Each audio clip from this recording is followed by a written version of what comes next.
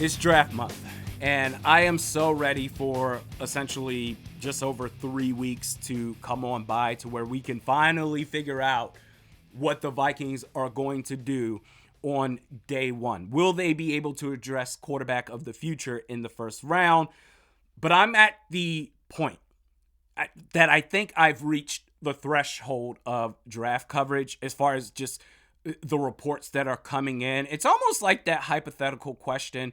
If you could eat one meal for the rest of your life, what would it be? For me, it would be a medium rare ribeye steak with sauteed potatoes and green beans. And the first couple of meals, it's, oh, this is fantastic. Bring it on forever. But then after 4 or 5 nights, it's, all right, bro, it gets a bit tiresome. I'll take a PB&J. I don't give a damn anything different for the sake of variety.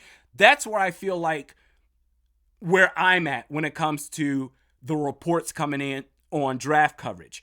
Oh, the Vikings, they are really eager to trade up. Yeah, no duh. They are locked in on J.J. McCarthy. They are locked in on Drake May. Bro, let's just get to draft night.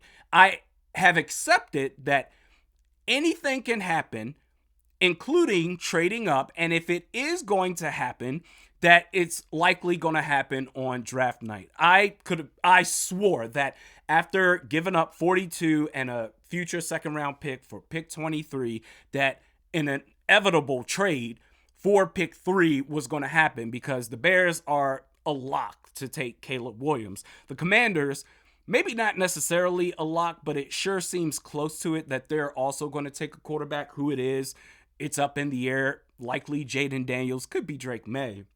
But that if you are going to trade up, it's the highest possibility it's going to be with New England that it was going to happen sooner rather than later. Now I've accepted if it is going to happen, it's going to be on draft night. But if it doesn't happen, because it does take 2 to tango, the Patriots, if the rumors are true, because I finally just lost it this past weekend because the trade suggestions that Pat's Nation is coming up with is pure buffoonery. That we want a Godfather offer. Okay, 3 first-round picks, 11, 23, 20, 25 first, the future third, and all right, if you want to add some change on top of that, fine. But that's not good enough. No, it's not. We need that plus another first in 2026? No. Okay, 3 firsts, some change, and Justin Jefferson? What the hell is wrong with you? And I finally lost it where I said, these dudes are nuts. And someone replied to me on Twitter, well, a screenshot of what they consider the most well-informed Pats beat reporter, saying that from what I gather, if this trade is going to happen between the Patriots and the Vikings, it's going to, I don't even remember who it is. It doesn't matter.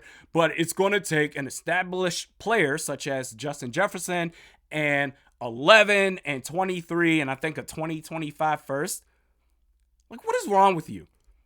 I don't care who it's coming from. I don't care what your credentials are. The suggestion, the mere idea that it's going to take 3 firsts and Justin Jefferson to get up to pick 3, you've lost your mind. If you want Jefferson, the reality is it's going to cost you, New England, pick 3, a 2025 first, and maybe a second, maybe pick 34 this year on top of that, while the Vikings retain picks 11 and 23 and keep their 2025 first. That's what it's going to take. But if you're unable to trade up, you can stand pat. In a perfect world, worst case scenario, J.J. McCarthy falls to pick 11. You can go ahead and take him there and then take a D tackle at pick 23. I actually am starting to like the idea that if you're unable to trade up, trade down from pick 11 as far as you can, staying in the first round while, and this is going to take Kwesi Adofo-Mensah, this is your chance to make up for what you did in 2022. You want the exact opposite of deja vu, what you did in 22, but a different outcome. That trade down as far as you can to stay in the first round while also obtaining a future first round pick. I would like that and keeping pick 23. So you still have 2 first round picks to where you're And I made fun of this guy from the jump, but it turns out what he's been doing this last 2 years, 2 off seasons, he's a low-key genius. Ryan Poles, I got to give this dude credit. What he was able to do last offseason, basically pulling off a heist on the Carolina Panthers. They had pick 1, trading down, going from 1 to 10, selecting Darnell Wright in the process, adding him to the offensive line, getting a future first, what turned out to be first overall in this year's draft. So you're going to get a quarterback. You added an O-lineman last year. At pick 9, I'm assuming they're going to go offensive line again.